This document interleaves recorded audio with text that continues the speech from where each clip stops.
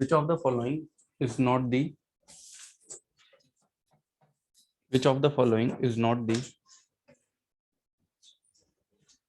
correct representation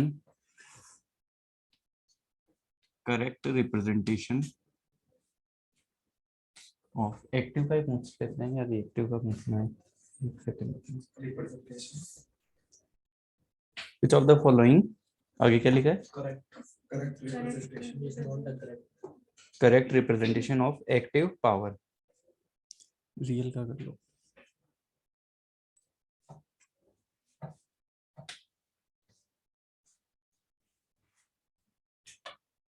एक second रुकिए.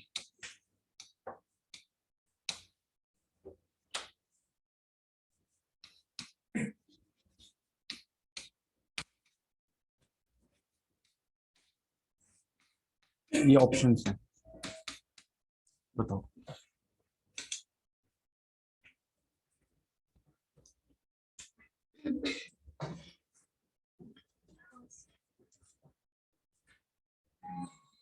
Which of the following is not correct कर लो. is not correct. जब correct करो तो करेक्ट वालों को टिक कर लो. ये सही है. ये सही है. क्या मीनिंग है दूसरे और तीसरे का?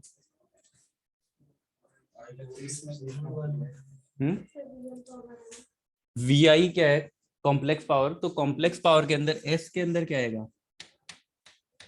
P प्लस जे क्यू. ऐसा ही तो होता है. लिख सकते हैं या नहीं लिख सकते? लिख सकते हैं. नो, P और Q दोनों एक्टिव और रिएक्टिव है. यहाँ पूछा जा रहा है रियल पावर कौन सी है. तो जो भी कॉम्प्लेक्स पावर है उसका जो ये रियल पार्ट है वही होगा. रियल पार्ट ही तो होगा एक्टिव पावर. कोई भी अगर वैल्यू आती है तो वी आई कॉन्जुगेट का रियल पार्ट ये सही है. बोल सकते हैं या नहीं बोल सकते? ये वी आई कॉन्जुगेट होता है, वी कॉन्जुगेट आई. तो वी कॉन्जुगेट आई वाला सही है या गलत है? ठीक है, ये वाला करेक्ट है. ये क्लियर है. एक्टिव पावर का है ये. एक्टिव पावर का है ये. तो मैंने गलत कर रखा है. तो ये तुमने गलत कर रखा है. और ये एक्टिव पावर का है. रिएक्टिव पावर है ना, वी आई साइन थीटा. तो ये भी गलत है. लेकिन ये वाला ये सही है. ठीक है. तो नोट अगर लगाया है तो कौन से को टिक करना है? अगर आपने नोट लगाया तो फोर्थ वाले को टिक कर दो. और अगर करेक्ट लिखा है तो 1 2 3 को करेक्ट करना है. चाहे आप v का कॉन्जुगेट ले लो चाहे i का कॉन्जुगेट ले लो, डिफरेंस सेम आएगा. मतलब डिफरेंस ही देखते थे ना पहले. 40 और 10 के अंदर देखा था 30 आ रहा था. चाहे किसी को एक को नेगेटिव करके देख लेना, आपको सेम डिफरेंस मिल जाएगा. ठीक है. क्वेश्चन दें क्या?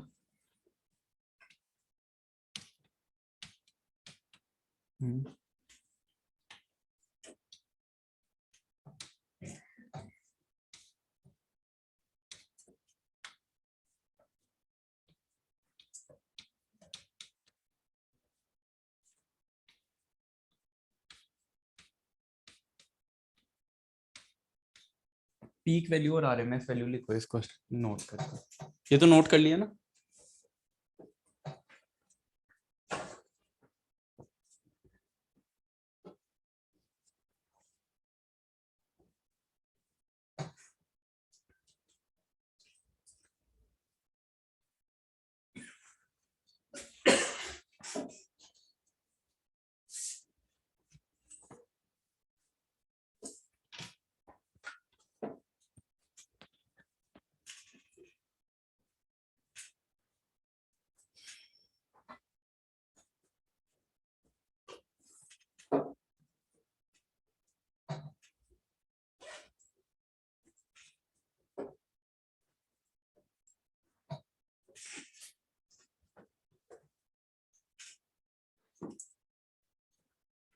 लिख पा रहे हो या नहीं? पीक कितना आएगा? पीक वोल्टेज कितना लिखूं? 10. तो इतने ढीले क्यों? और RMS 10/√2। अब कैलकुलेशन में कौन सा काम में लेना है? डायरेक्टली आपको वोल्टेज लेना है एक, तो कौन सा काम में लोगे? पीक वाला, RMS या एवरेज? RMS। क्लियर है? याद रहेगा आपको कौन सा काम में लेना है? RMS। नो, इसको एंगल में लिख सकते हो।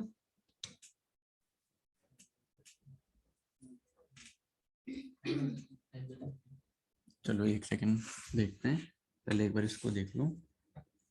20 एट एन एंगल 45।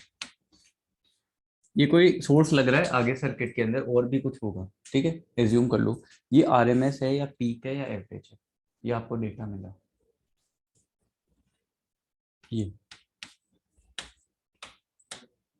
ये क्या है? RMS। अगर आपको कहीं पे कोई भी वोल्टेज AC में मेंशन मिले, एग्जैक्ट वैल्यू मिलेगी? ऐसा तो नहीं आएगा ना बल्ब पे ऐसा कुछ लिखा हुआ आता है, डायरेक्टली RMS वैल्यू आती है। जैसे मान लो दिस इज 10/√2, ये वैल्यू आपको मिलेगी, तो वो हमेशा RMS वैल्यू होगी। अगर आपको क्वेश्चन में डायरेक्टली वोल्टेज दे दिया गया कि AC वोल्टेज है और 100 वोल्ट का सोर्स है, तो समझ जाओगे ना 100 वोल्ट कौन सा है, RMS वोल्टेज की बात हो रही है। क्लियर है? तो ये हमेशा कौन सा रहेगा? RMS रहेगा। अब इसको एंगल की फॉर्म में कन्वर्ट कर सकते हो। RMS वोल्टेज लिखो यहाँ 10/√2 एट एन एंगल 30, जो भी एंगल है, कर सकते हो। और इसको इक्वेशन की फॉर्म में कर सकते हो कन्वर्ट। इंस्टेंटेनियस वोल्टेज बता सकते हो। ये RMS वोल्टेज है, आपको इंस्टेंटेनियस बताना है। क्या करोगे? RMS को पीक में कन्वर्ट करना है। जैसे √2 से मल्टीप्लाई करते हैं या नहीं, 10/√2 है, पीक में जाओगे तो 10 बनता है, तो √2 से मल्टीप्लाई होता है या नहीं? तो यहाँ क्या आ जाएगा? 20√2। बोलो आगे। साइन ओमेगा अगर दिया हुआ है तो ठीक है, अभी नहीं दिया हुआ, ω t एंगल प्लस 45। करेक्ट है? चेंजेस कर सकते हो ना, कर लो इन दोनों, इसको भी note.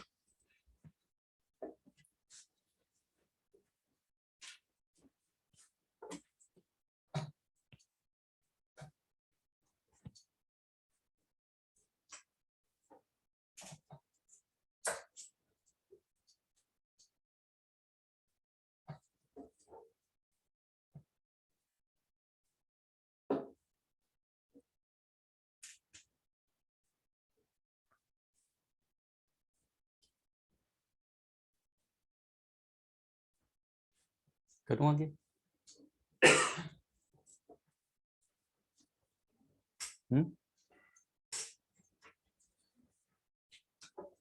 Find circuit element, find circuit element by using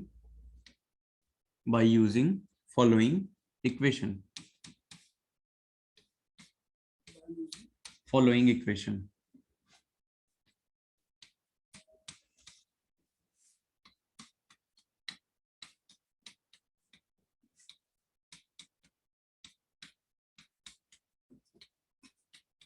question क्या बोल रहा है? Find circuit element by using following equation. आपको वोल्टेज की वैल्यू है दी हुई, आपको करंट की वैल्यू दी हुई है, और मेरे को क्या पूछा है, इसमें कौन सा एलिमेंट लगा हुआ है, और अगर कोई एलिमेंट है तो उसकी वैल्यू बता दो। अगर यहाँ रेजिस्ट मतलब DC का काम होता तो V और I दिया हुआ आता तो बता सकते थे सर्किट में कौन सा एलिमेंट होगा, रेजिस्टर होगा, और उसकी वैल्यू क्या आती? V/I। अब आपको VT और IT दिया हुआ है, आपको ये बताना है कि सर्किट में कौन सा एलिमेंट कनेक्टेड है। इंडक्टर और कैपेसिटर। सही है। तुमने कैपेसिटर कैसे? देखो VT है, इधर एक बार ध्यान से देख लेना। नो, VT अगर मेरे को ड्रॉ करना है, मैं नॉर्मल एंगल्स पे लेके चल रहा हूँ, ये 0 है। 45 कहाँ आएगा? यहाँ कहीं। ये मैंने VT बनाया। क्लियर है? वी ब्रैकेट में टी। आई टी कहाँ आएगा करंट, 45 माइनस का है तो 0 यहाँ है तो नीचे ही आएगा यहीं कहीं, दिस इज आई। ये v और i ये वाले ही है, ये समझ जाओगे। ये 0 से -45 है, ये इधर है। अब दोनों के बीच में एंगल कितना है, 90 डिग्री है। इसमें किसी को डाउट थोड़ी है। अब ये दिमाग में मतलब ना v छोटा है या बड़ा है, i छोटा बड़ा है, कि ये 3 है ये 9 है, ऐसा तो नहीं आएगा। दोनों के बीच में एंगल कितना हुआ, 90 डिग्री। अब 90 डिग्री v और i के बीच में एंगल होता है, तो v और i के बीच में 90 डिग्री किस केस में आता है। जैसे सबसे पहले मैंने तीनों एलिमेंट के बारे में जब अलग अलग पढ़ाया था, तो एक इंडक्टर में आया था और एक कैपेसिटर में आया था, यही आया था, इन्हीं में आया था एग्जैक्ट 90 डिग्री। तो दोनों में से एक एलिमेंट होगा, कौन सा वाला होगा ये कैसे पता करोगे, लैग करेगा या लीड करेगा। तो अब ये बताओ करंट लैग कर रहा है कि लीड कर रहा है, करंट लैग कर रहा है, तो करंट किस में लैग करता है, इंडक्टर में। तो इंडक्टर ये पता चल गया, एलिमेंट कौन सा है, इंडक्टर है। तो ये जो एंगल है इनको देखकर बता सकते हो कि दोनों के बीच में कितना डिफरेंस है, क्लियर है। मान लो यहाँ एंगल आता 70 डिग्री, तब इन दोनों के बीच में 70 डिग्री का एंगल होता, तो कौन सा एलिमेंट होता, इंडक्टर और रेजिस्टर। आरएल सीरीज वाला देखना एक बार,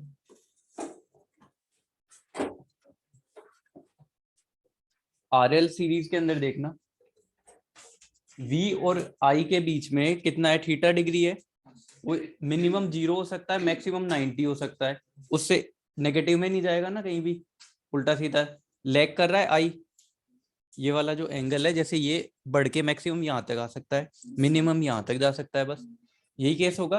तो अगर मान लो 0 से 90 डिग्री आता है, पहली चीज तो 90 डिग्री फिक्स आ गया।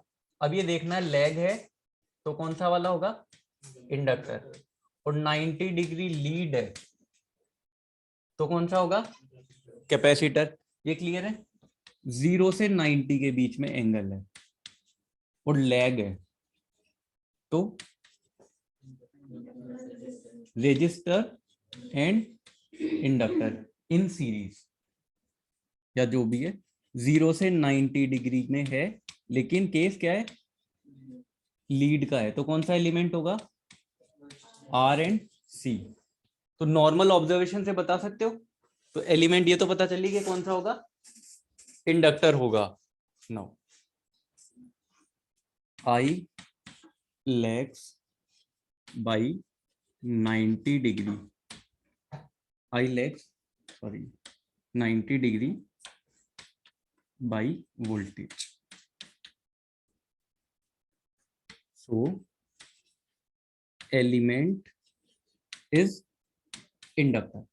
अब हमें क्या जानना है, इंडक्टर, इंडक्टर तो पता चल गया, अगर आपसे पूछा कितनी वैल्यू होगी एल की, ये कैसे बताओगे,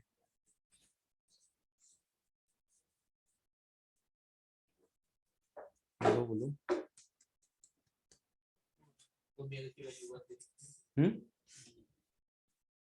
हाँ सही है, क्या होता है, v equals to I into XL.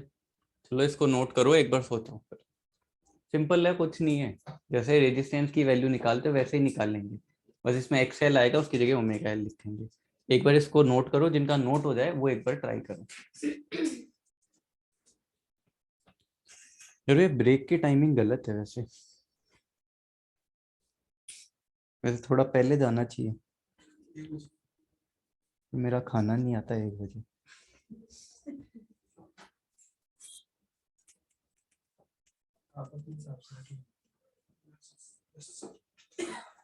हम्म,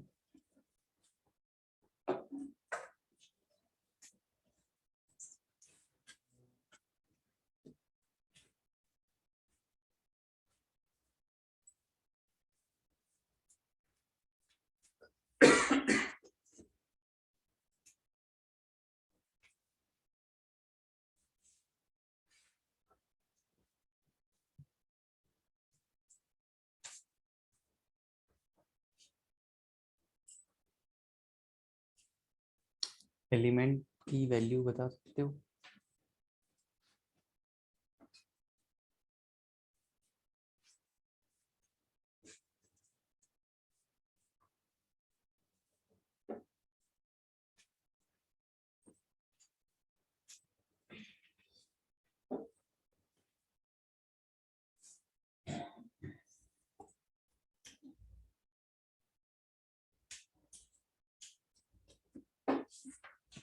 एक चीज बताओ, यहाँ v अपॉन आई जो है वो z आएगा या x आएगा?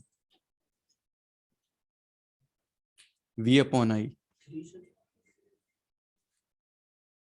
v अपॉन आई क्या आएगा? z आएगा या x आएगा? आने को z ही आता है, लेकिन यहाँ z के अंदर ओनली x है, ओनली x है ना। बोलो, तो क्या मैं इसको xl लिख सकता हूँ क्या? कि xl यही तो होगा v अपॉन आई, यही होगा। v की वैल्यू पता है कितनी है? 9 पीक है। आरएमएस बताओ, कैलकुलेशन में आरएमएस काउंट करनी है। 9/√2। आई की वैल्यू 3/√2। एक्सएल क्या होता है? Omega into L. क्लियर है? ओमेगा की वैल्यू कितनी पुट करनी है? 1। सॉल्व कर लो, आंसर आ जाएगा। 1 इंटू एल कितना आ रहा है? 3। ये मत सोचना यहाँ चाहे 9/3 भी लिखेंगे तो भी 3 आएगा, इसलिए हम पीक लेंगे। कैलकुलेशन में कौन सा काम में लेके चलना है आपको? आरएमएस।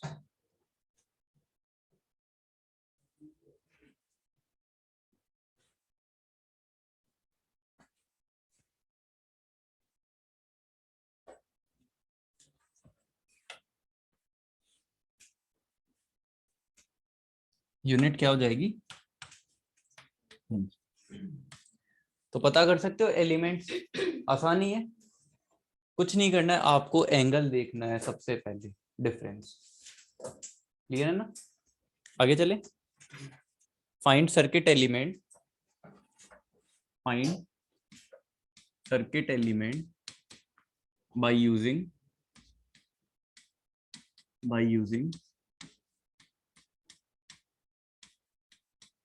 following equations.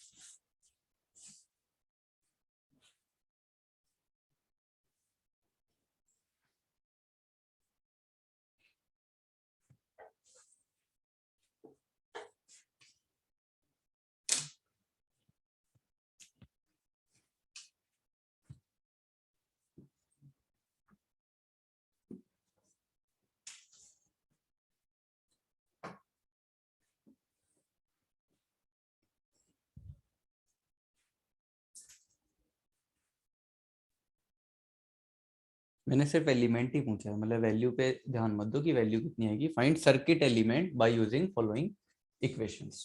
कि कौन कौन से इसमें एलिमेंट्स हैं।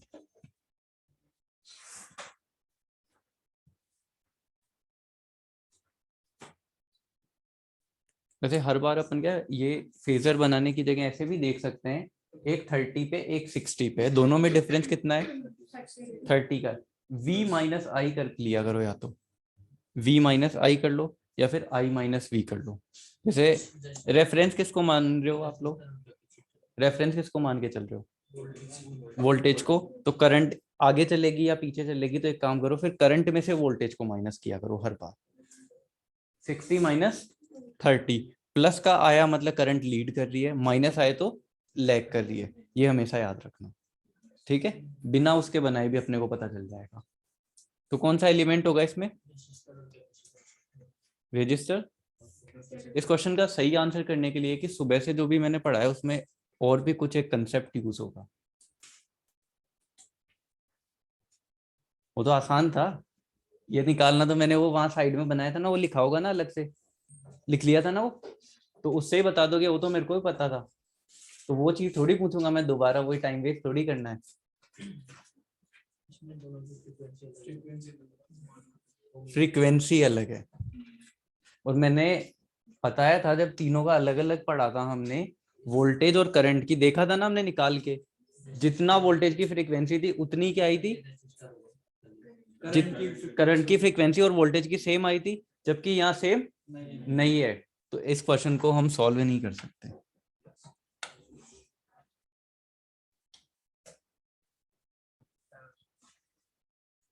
We cannot find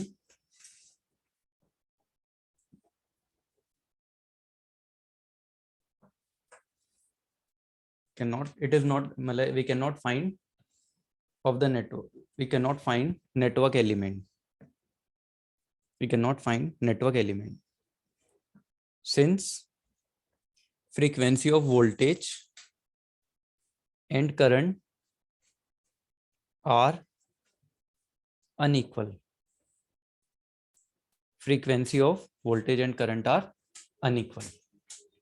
तो ऐसा नहीं है कि डायरेक्टली देखना है, पहले ये भी देख लेना वोल्टेज और करंट की फ्रीक्वेंसी तो सेम है क्या।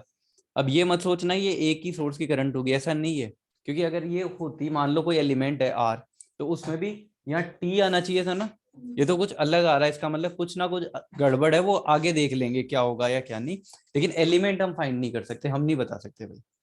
क्लियर है? तो नन ऑप्शन होगा तो वो टिक कर देना। चले आगे।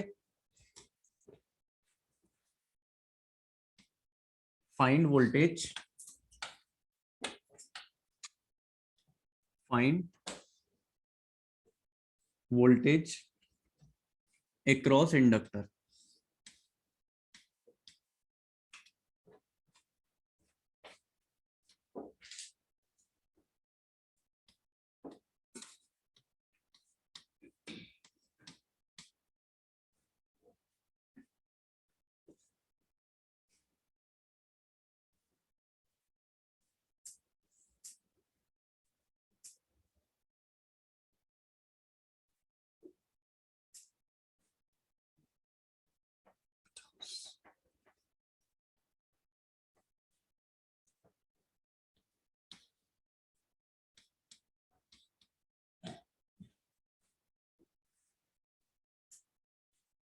रेजिस्टेंस के अक्रॉस ये आर है और ये एल है, ठीक है।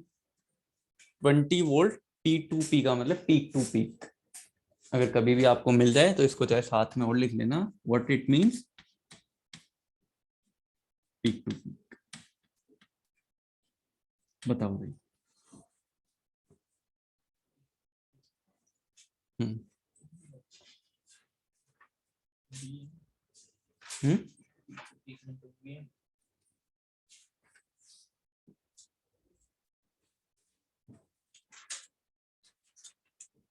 कैसे फाइंड आउट करोगे?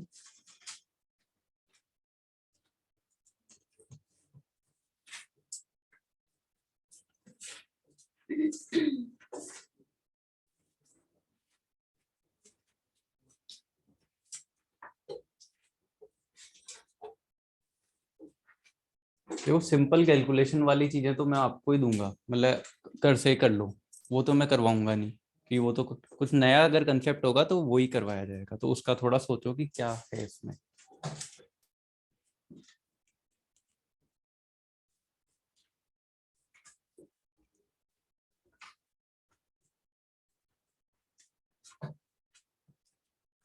फॉर्मूला तो सबको पता है ना, कौन सा वाला काम आएगा, टोटल वोल्टेज का square equal to V R square plus V L square. बस मेन प्रॉब्लम आपके आएगी इसमें कि ये क्या लेंगे, क्या लोगे, ये क्या मीनिंग है इसका, 20 volt peak to peak. No,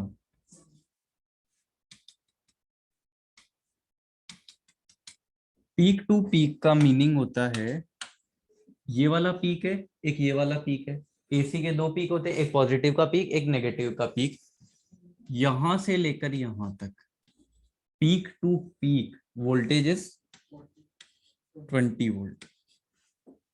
peak to peak voltage कितना दिया हुआ है, 20 वोल्ट। इसने ना तो आपको आरएमएस दिया है, इसने मेंशन किया, अगर कुछ मेंशन नहीं होता तो आप आरएमएस लेते, सीधी कैलकुलेशन करते, 20 ही लेते काम में, लेकिन इसने कौन सी वोल्टेज दी है, पीक टू पीक, यहां से लेकर यहां तक साइनोसॉइडल है, सोर्स ये तो आपको क्लियर है। अब आरएमएस निकालना है, आरएमएस कितना आएगा?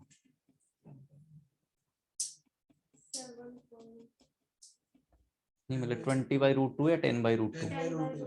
क्योंकि ये वाली जो वैल्यू है ये 10 ही तो होगी और ये -10, तभी तो 20 होगा। 10 ये और 10 ये तो क्लियर है। तो वीएम 20 नहीं है, वीएम कितना है? 10। तो 20 ऐसे पीक टू पीक आ जाए ना, उसका हाफ कर लेना, वो होगा पीक। क्लियर है? तो कितना आएगा RMS voltage? V RMS 10/√2। Clear है? ये सोर्स वोल्टेज है। अगर आपको यहाँ P2P नहीं लिखा हुआ होता तो वो आरएमएस में काउंट करते, लेकिन साथ में मेंशन ही कर दिया उसने कि ये पीक है या क्या है, तो हमें निकालना है आरएमएस। अब तो आसान है। क्या हुआ? चलिए,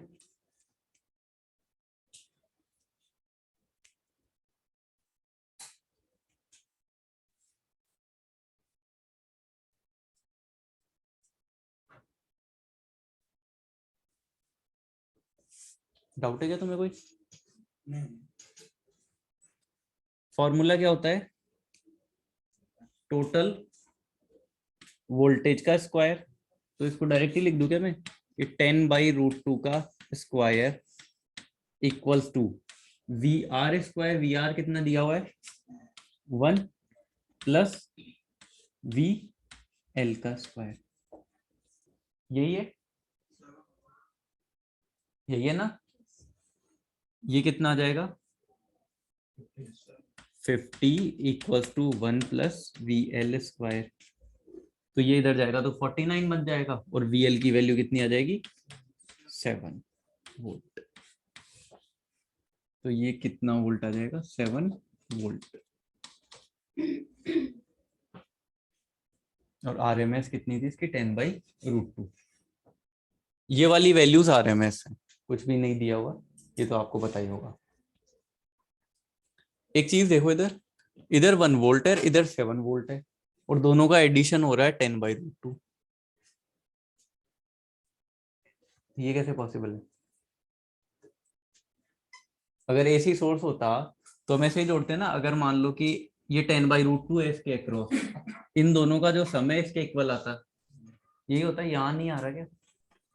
या आ रहा है? डीसी में हम अर्थमेटिक सम करते हैं, एसी में कौन सा करते हैं? Phasor sum. फेजर सम करते हैं, ये फेजर सम ही तो है भाई, इसे ही बोलते हैं फेजर सम। एंगल भी साथ में होते हैं, इसका 0 है, इसका 90 है, तो जब आप उसका फेजर सम करोगे तो ऐसे ही होगा फेजर सम, इनका स्क्वायर करके ऐड होता है। तो क्लियर है? ये नोट कर लो। आंसर कितना आ जाएगा? 7 वोल्ट। तो निकाल लोगे ऐसे, कोई भी दिया हुआ है। इसके और क्वेश्चन कराने की थोड़ी जरूरत है। अब एक डेटा ये दे देगा, एक ये दे देगा। कंसेप्ट मेन इसमें ये था कि अगर पीक टू पीक दे दे तो, अगर नहीं मेंशन करा उसने तो वो आरएमएस ही देगा डायरेक्ट। दिया है। क्लियर है? Find active power, find active power by using following equations.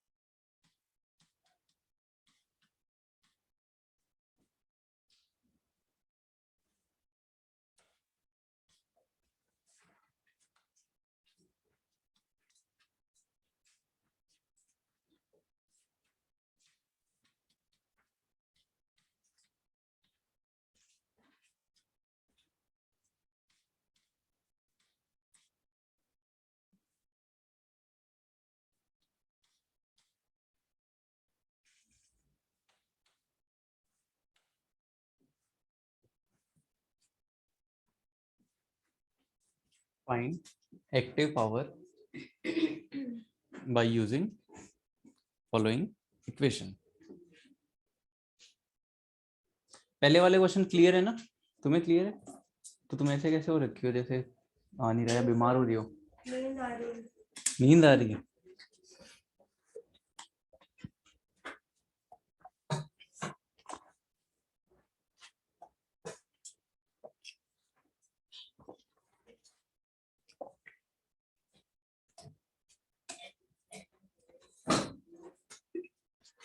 बताओ भाई।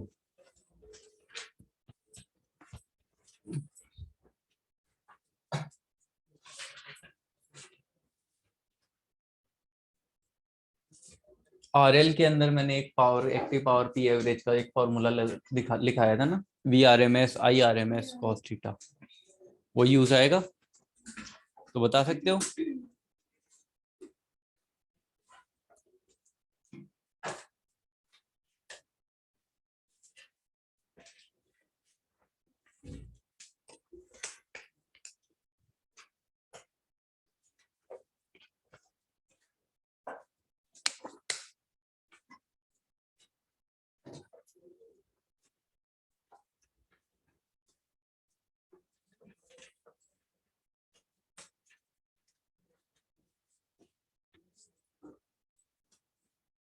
1 मिनट, पहले वाला जो क्वेश्चन किया था ना, इंडक्टर जो एलिमेंट फाइंड आउट किया था, वो वाला ही क्वेश्चन निकालना है एक बार।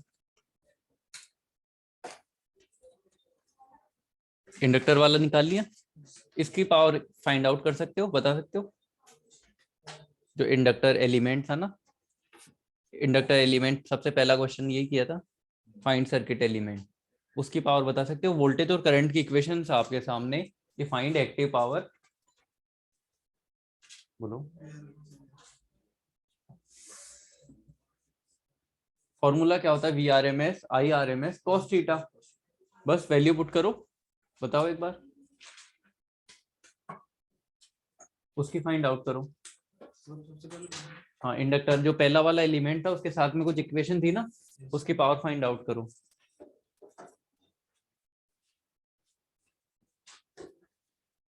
चाहे रफ कॉपी में कर लो, कहीं कर लो।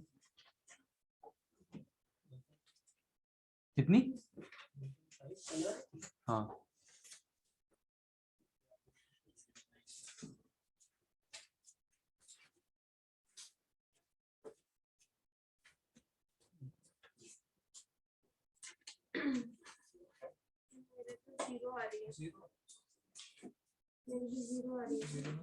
तुम्हारी कितनी आ रही? तुम्हारी वी आर एम एस ले लिया? कौन सा वाला, ये वाली लिखी है 10/√2? ये नहीं, कौन सा इंडक्टर जो एलिमेंट था ना, ये रहा इधर, इसके लिए।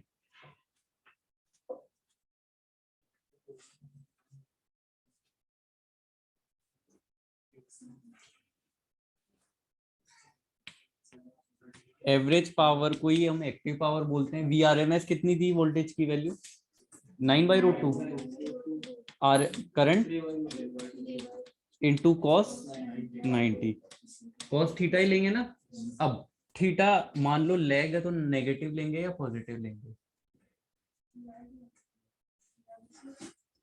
आप एक चीज याद रखना, कॉस थीटा में चाहे कॉस थीटा हो या cos minus theta, value same होती है। यहाँ चाहे माइनस आ जाए तो भी कोई फर्क नहीं पड़ता। अगर आपको ग्राफ याद है कॉस थीटा का, तो कुछ ऐसे यहीं से स्टार्ट होता है, ऐसे होता है या नहीं? तो अगर जितना 30 पे यहाँ वैल्यू आएगी, उतनी 30 इधर आएगी, जितनी 45 पे इधर वैल्यू आएगी, उतनी ही यहाँ आएगी। तो कॉस थीटा चाहे पॉजिटिव हो नेगेटिव हो, कोई फर्क नहीं पड़ता। तो या नेगेटिव लो या मत लो, कोई फर्क नहीं पड़ता। डायरेक्टली आपको सिर्फ डिफरेंस देखना है कि दोनों के बीच में कितना डिफरेंस है। कॉस 90 कितना हो गया? 0। क्लियर है? तो एक्टिव पावर वो वाला एलिमेंट जो भी था सर्किट, कितना यूज करेगा, कंज्यूम करेगा? जो पहला वाला एलिमेंट था, वहां एलिमेंट बनाया था क्या?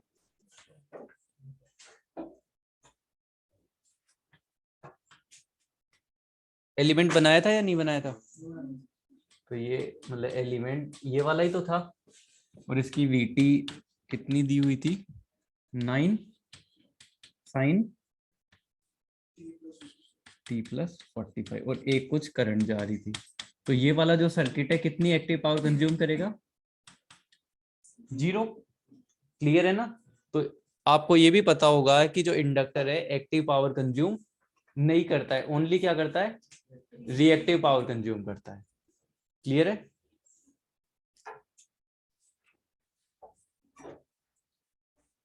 अब इसका बता सकते हो?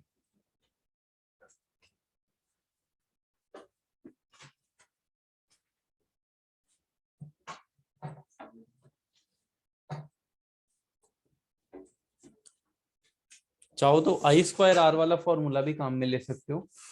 आई की वैल्यू ले लिया, आर एम एस स्क्वायर किया, आर की वैल्यू 0 है। अगर रिएक्टिव पावर पूछता तो आई स्क्वायर एक्सएल करते, कर सकते थे ना।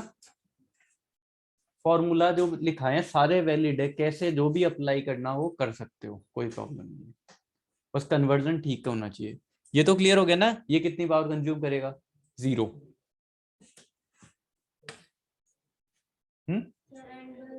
किसमें? पावर में? पावर में इसमें क्या? हाँ देखते हैं।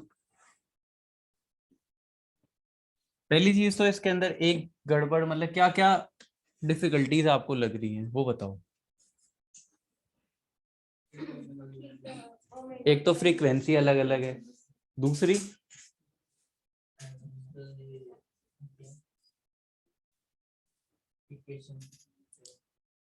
करंट की इक्वेशन, एंगल। तो अब एक चीज बताओ मेरे को, जैसे कोई भी एलिमेंट था, जितनी वोल्टेज की फ्रीक्वेंसी आई थी उतनी करंट की आ रही थी, ये तो आ रही थी। तो अगर मान लो अलग फ्रीक्वेंसी का आप सोर्स जब काम में लोगे तो उससे जो करंट आएगी वो अलग फ्रीक्वेंसी की आएगी। तो दोनों का सेपरेट सेपरेट कैलकुलेशन हुई है सबकी, तो जो पावर निकलेगी वो भी सेपरेट सेपरेट ही निकलेगी। जैसे इसकी पावर कितनी है, ये इसकी फ्रीक्वेंसी कितनी है इन दोनों की? 0। डीसी है, पावर के क्या होती है डीसी के अंदर?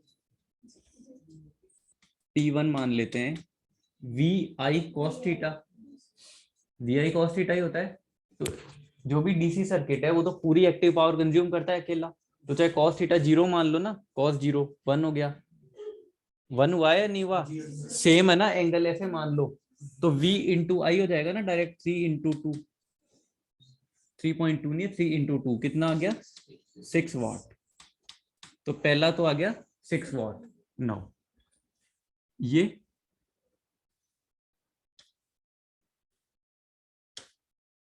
इन दोनों की सेम फ्रीक्वेंसी है। आपको क्या करना है, सेम फ्रीक्वेंसी वाले ढूंढने हैं। एक ये दोनों हो गए, एक ये हो गया। हो रहा है या नहीं हो रहा? नो। इन दोनों की कितनी पावर आएगी? P2। अलग अलग फ्रीक्वेंसी का V R M S, I R M S, cos theta. तो वी आर एम एस कितना है? 2/√2। क्लियर है? इसका I R M S 4/√2 cos theta. दोनों के बीच में डिफरेंस देखो। अब आपको प्लस माइनस में लग रहा होगा यहाँ साला, मतलब सॉरी, मतलब 30 नीचे जा रहा है ऊपर जा रहा है, ठीक है। तो कॉस थीटा कितना लेना है डायरेक्टली? कॉस 30। आपको ये नहीं देखना प्लस माइनस आएगा कि क्या आएगा। ये क्लियर है? कॉस 30 सॉल्व कर सकते हो इसको, वैल्यू आ जाएगी 9। नेक्स्ट वाला, इसकी कितनी? ओमेगा की वैल्यू 2 है, यहाँ भी 2 है। अब ये दोनों साथ में पावर कंज्यूम करेंगे, P3 कितनी आएगी? वी आर एम एस कितना हुआ? 3/√2, इसका 6/√2 और cos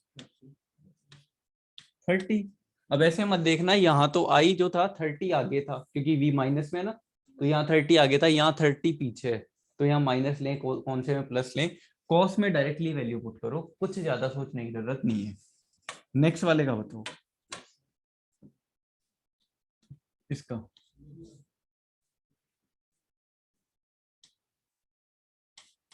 P4 V R M S 4/√2। Current की वैल्यू, ओमेगा की वैल्यू 3 पे, नहीं है तो 0। अगर आई की वैल्यू 0 है तो हमने 0 पुट कर दिया। कॉस की वैल्यू चलो हमें आगे नहीं पता वो जो भी है, तो इसकी वैल्यू कितनी आ गई P4 की 0। तो ये वाला जो है वो पावर कंज्यूम नहीं करेगा, ये कितना करेगा 0। बाकी सबकी निकल गई, बस अर्थमेटिक सम कर दो। क्लियर है या नहीं है? जिस फ्रीक्वेंसी का आप वोल्टेज दोगे सर्किट में उसी फ्रीक्वेंसी की करंट आएगी। तो अलग अलग पावर कैलकुलेशन कर लो, सबका सम कर दो। कर सकते हो ये चीज?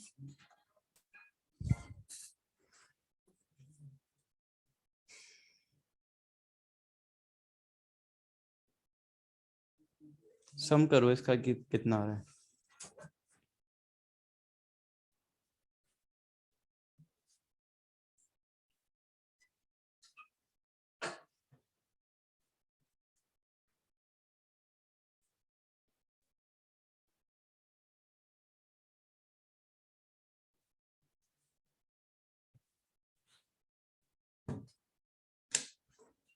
अरे यार रुक जा रे गुरु।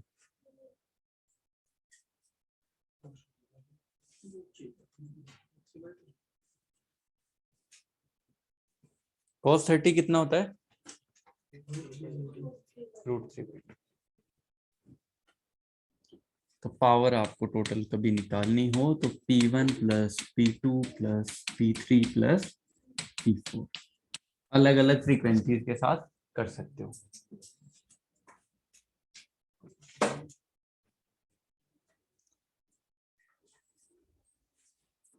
एक जो अभी क्वेश्चन अभी भी किया था ना, एक जिसके अंदर एलिमेंट हम नहीं निकाल पाए थे, किया था ना, उसके लिए पावर कितना होगा?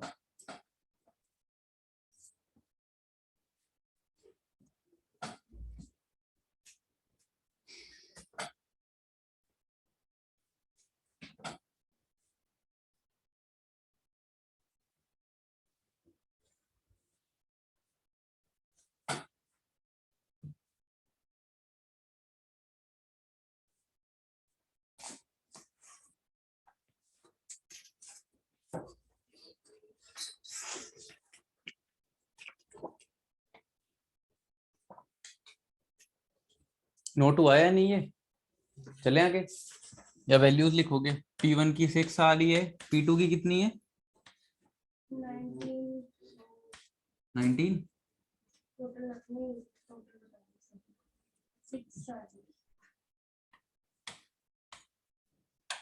P2 कितना है? P2 6 है प्लस P3। नहीं सर, P2 4 है। चलो रे यार, जो भी कर लेना, फाइनल बता दो। 19 पॉइंट समथिंग जो भी आएगा, लेकिन निकाल लोगे ना, ये तो कैलकुलेशन है। cos थीटा की वैल्यू √3/2 पुट कर देना, आंसर आ जाएगा। क्लियर है? कर सकते हो ऐसे।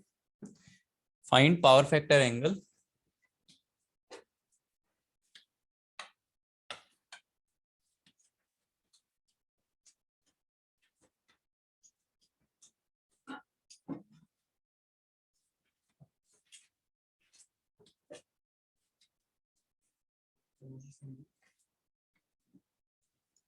Find power factor angle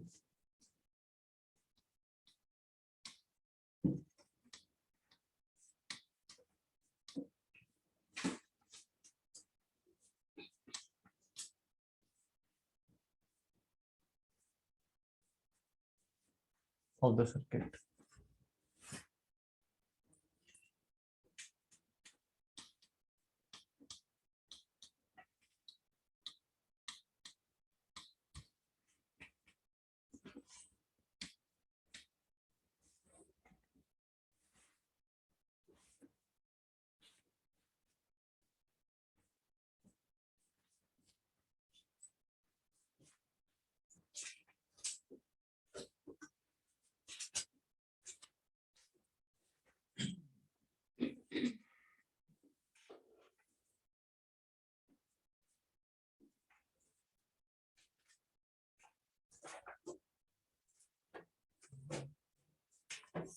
formula क्या है निकालने का पावर फैक्टर एंगल? डायरेक्टली याद होगा,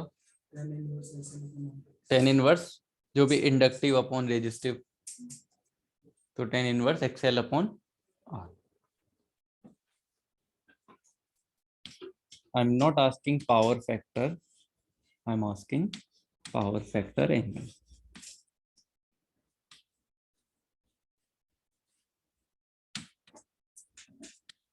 theta equal to tan inverse XL upon R। XL की वैल्यू कितनी है?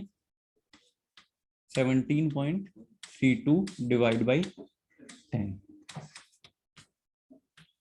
एक चीज बताओ, 10 को इधर डिवाइड कर दूंगा तो ये 1.732 आएगा। 1.732 कभी सुना है? √3 की वैल्यू, √3 की वैल्यू ही तो होती है। Yes, sir. तो ऐसी कौन सी थीटा की वैल्यू लूं कि tan थीटा जो है वो √3 आए? 60 पे आ जाएगा क्या या 30 पे?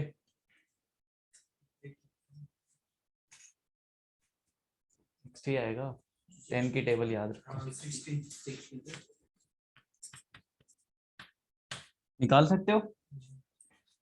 तो फेजर बनाने की जरूरत नहीं, डायरेक्टली आंसर आ जाएगा, लेकिन 10 की टेबल याद रखनी है। ठीक है। इस वाले क्वेश्चन का क्या है, आपको फेजर भी बनाना है, ठीक है, और